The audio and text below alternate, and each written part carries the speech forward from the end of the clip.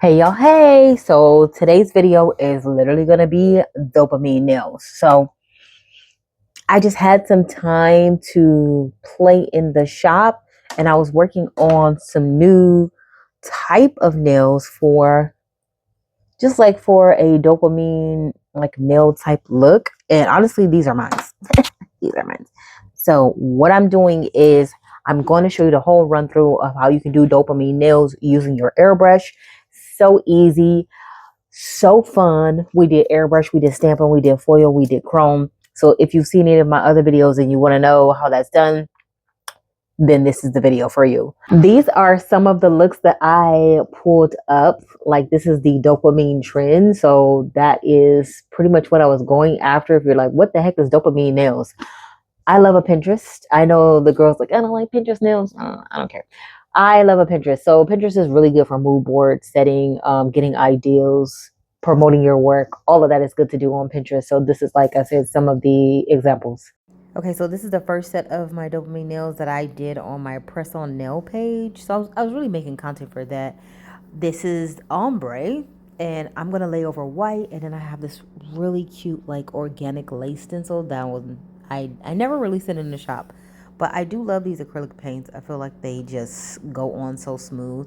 I stated before in other videos, I airbrush over matte. All right, if you're looking to get into airbrush and you want to know how to do it better, I'm going to put the link down below for my airbrush elevated course. It is literally the nuts and bolts of airbrushing. These YouTube videos, I do have to keep them short or else they do not get the spins. They don't get pushed out by YouTube. So here we are, just doing a simple plug for the course.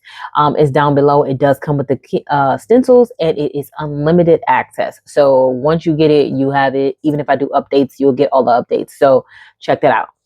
All right, let's get into this look. I am airbrushing over foil.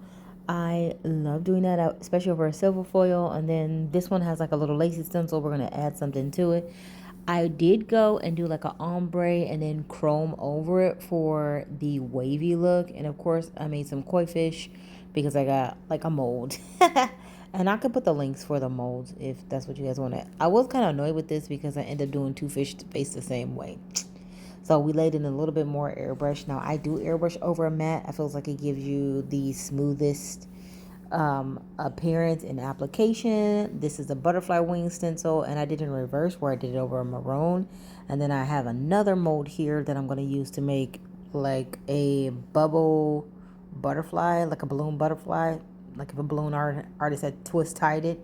And then we're going to lay in a little harlequin pattern, and I also added a airbrush rose to one of the thumbs. I feel like it was like just a good idea. It came out so well. We did some stamping. I will warn you that the stamper will get gummy the more you use it with gel. And I do not use the same stamper with gel that I'll use with my regular polish just because it's going to get gummy. So I do have a number of stampers. These are some of the stamping plates that I got from Red Note. I'll put the link to those at the bottom as well. And some chromes I think I got off of either AliExpress or Temu. Not sure. Okay, so now that you've seen the dopamine nails look, what do you think about it? Is it something that you're going to be trying? You're going to introduce it to your clients? Will you be using your airbrush with it? Let me know. I'd like to know.